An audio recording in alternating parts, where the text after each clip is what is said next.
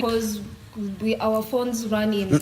Apologies, we need to check your microphone, so let's take a quick break, but we'll be right back with the AI discussion when we incorporate AI in phones. The world is changing, and so are phone companies.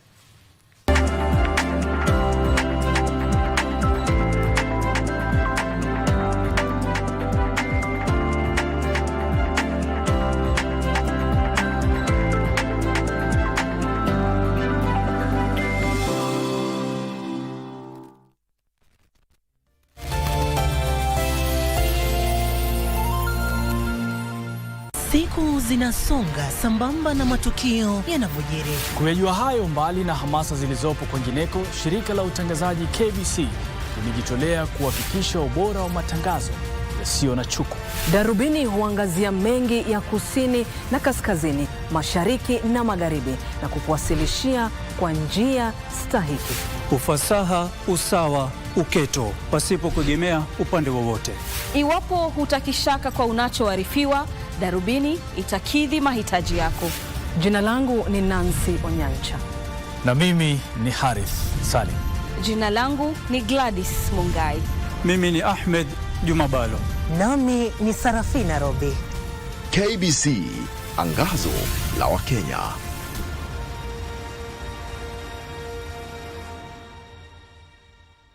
Mtazamaji, tumekuandalia taarifa zinazogonga vichwa vya vyombo vya habari kutoka hapa jijini Nairobi na pia mashinani. Wanahabari zaidi ya ubora wao wako ange kukuletea habari pindi zinapochipuka kutoka pembe zote za Kenya. Kwenye kipindi cha Tamrini tunakuletea mazungumzo ya moja kwa moja kufafanua na kuangazia masuala yanayokuhusu wewe mtazamaji. Kumbuka, taarifa yenye thamani daima hupokewa kwa amani. Hivyo basi usikose kuungana nasi kila siku ya wiki. Tukupakulie na tukutaarifu taarifa yenye mnato kwenye runinga unayoienzi. Kwenye kurunzi mashinani, sisi DC.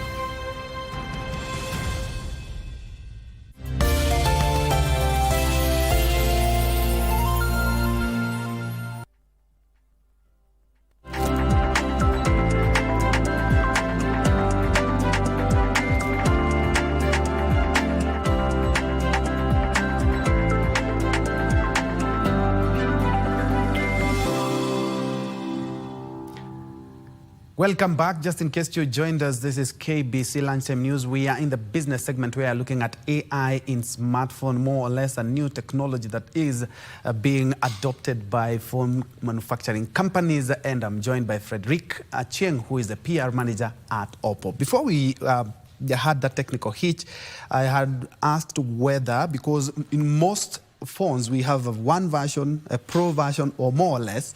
Now that you have phones that have AI, will that really dent somebody who wants to buy a phone with AI capabilities, dent your pocket?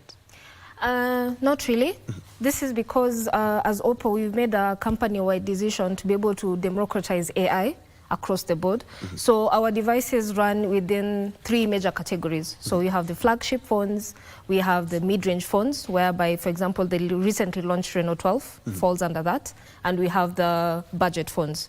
So out of this, because we've made a company-wide decision to democratize AI, we will do our best to be able to integrate the different aspects of AI that we bring into our phones into these three price categories without necessarily dipping into our customers' pockets. And because mostly people don't stay with the phone for 5-10 years, you find 1 or 2 years somebody has changed the phone. How are you addressing the issue of durability? Because we are also moving towards a lot of technology in one gadget.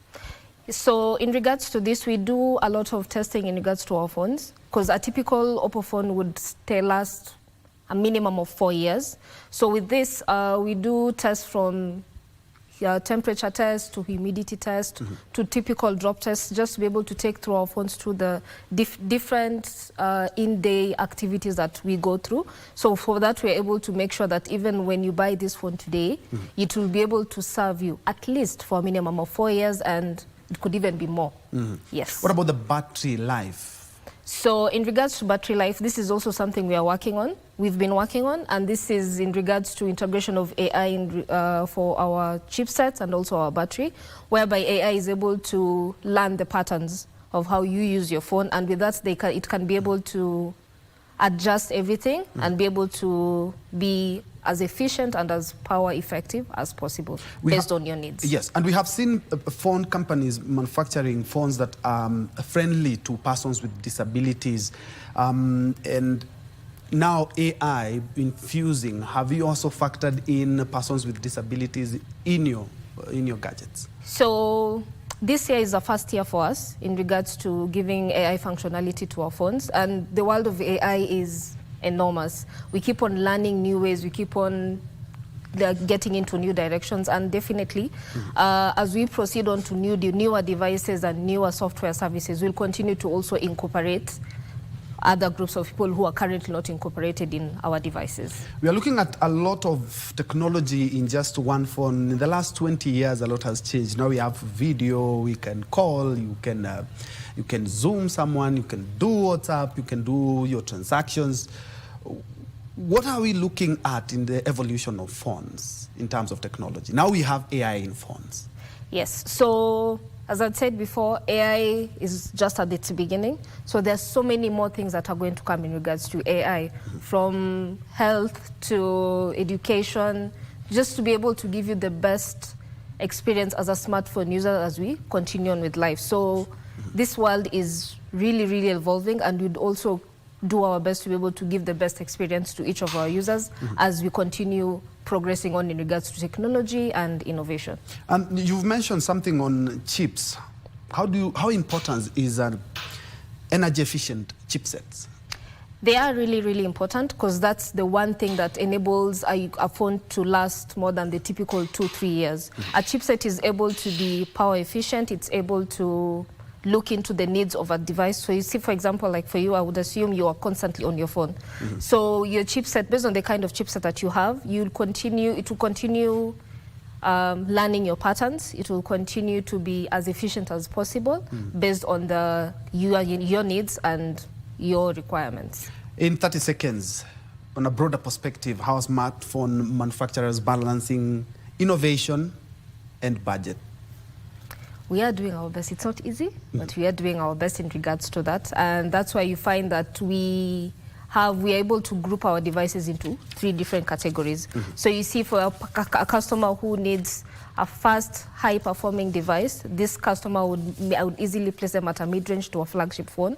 For a customer who's just using the typical daily devices, this customer would fall under mid-range and lower budget. Additionally, we're also working with different companies to be able to also give that financial assistance to our customers. If you're not able to purchase this phone at this moment, we have buy now, pay later services. We have trade-in services that we're working with different companies across the board, just to be able to bring this technology closer to our users. Frederick Achieng, who is the PR manager for Oppo Kenya, they are telling us more about the infusion of artificial intelligence in smartphones. So, it's more or less a new technology when it comes to smartphones, but they've said that that is the way to go. And of course, everybody would want something that does a lot for a little bit cheaper. But that's where we wrap up on our interactive segment. We will be looking at sports now, where Andrew Kiptor Alamisi won Kenya's first gold medal in 5,000 meters on day 1 of the 20th World Athletics Under-20 Championship in Lima, Peru, early today. Mercy Chepkemoi and Sheila Jebet finished 4th and 5th in the women's race.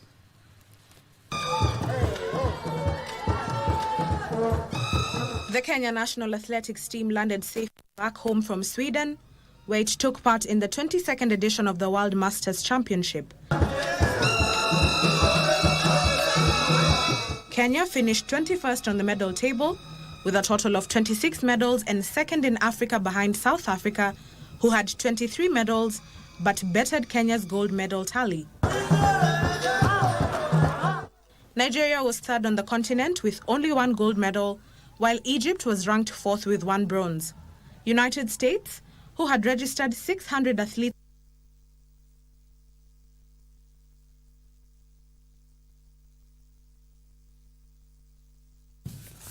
We do apologize for that mix-up of that clip, but let me rerun the story again. Andrew Kiptoo Alhamisi won Kenya's first gold medal in the 5,000 meters on day one of the 20th World Athletics Under-20 Championship, currently being held in Lima, Peru, early today.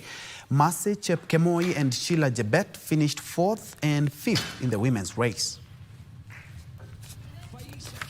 Double Youth Commonwealth Games silver medalist Andrew Alhamisi outsprinted Ethiopia's Abitsa Fayisa and Kenneth Kiprop of Uganda to win the 5,000 meters final in 13 minutes, 41.14 seconds, and win the first gold medal for Team Kenya. Is the champion for Kenya. Fayisa takes second, and in the end, it's one medal each for Kenya, Ethiopia, and Uganda. Fayisa won silver in 13 minutes, 41.56 seconds, while Kiprop finished third in 13 minutes, 41.73 seconds, followed by former world junior cross-country champion Ishmael Krokito Kipkurui of Kenya in 4th position. Kenyans Mercy Chepkemoi and Sheila Jebet finished 4th and 5th in the women's race. Eisa Medina led Ethiopia to a 1-2 finish, winning gold in a new championship record of 14 minutes, 39.79 seconds, with Uganda's Charity Cherop winning bronze. Held by Genzabe Dibaba, stands from 2010, that record, but she has rewritten that.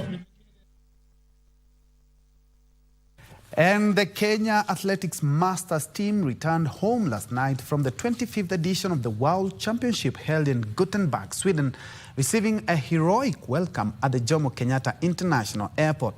The team's show in Gothenburg has been marked in history as Kenya's best performance in an international athletics competition across all ages.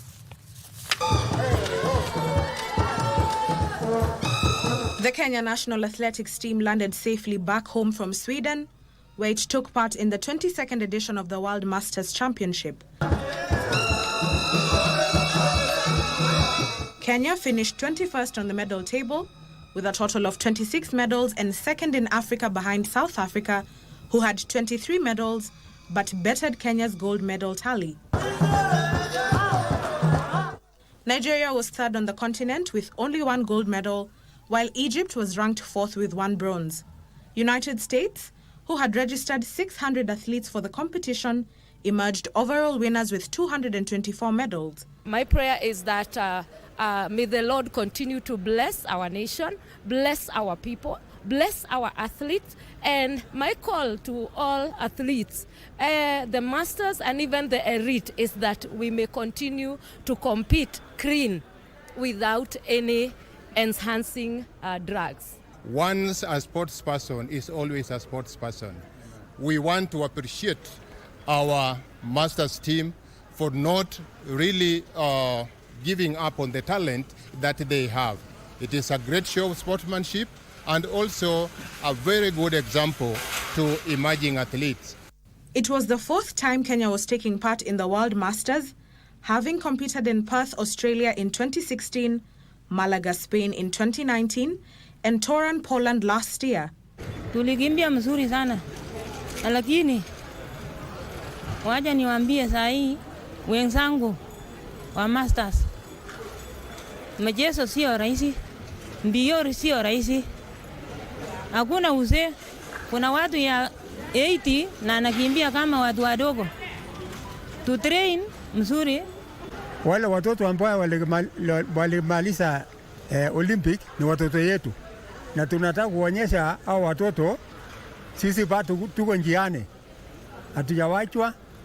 Nataka iwe mafunzo kwa wengine, hasa watoto wa shule, wafanye mazoezi, kusoma na kufanya mazoezi, hawezi kukosa kazi. Hiyo ni jambo la maana. Our children sees that even our grandparents, our fathers, our parents can do this. So you are the best people to take the sports, especially athletics, because you are the people to nurture them. You can tell them, look, I'm still running.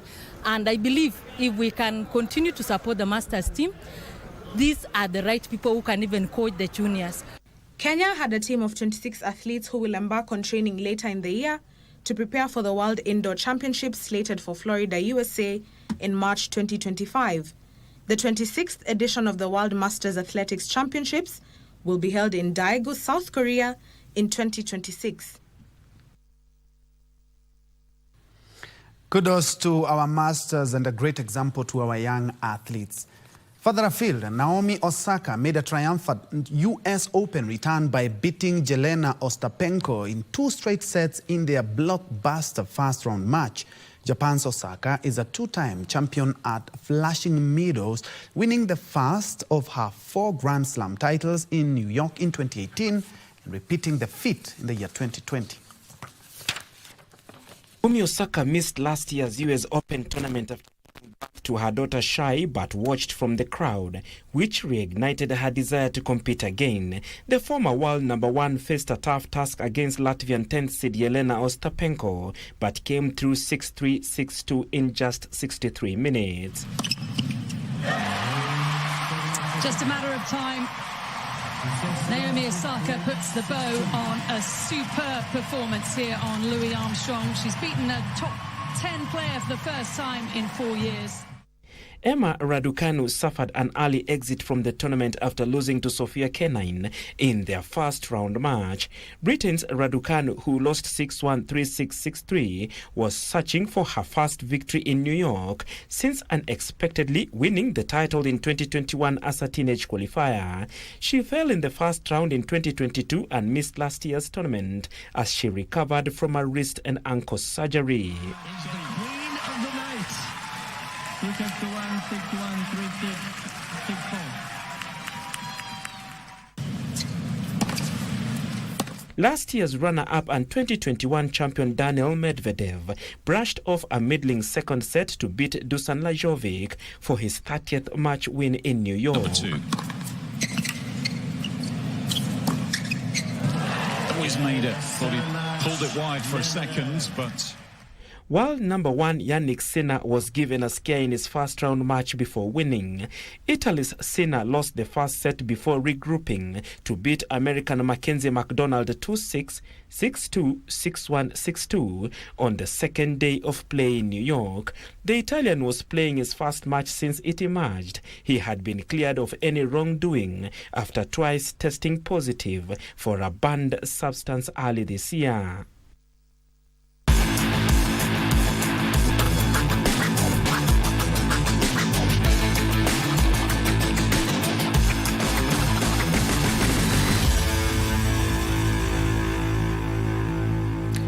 Well, there you have it.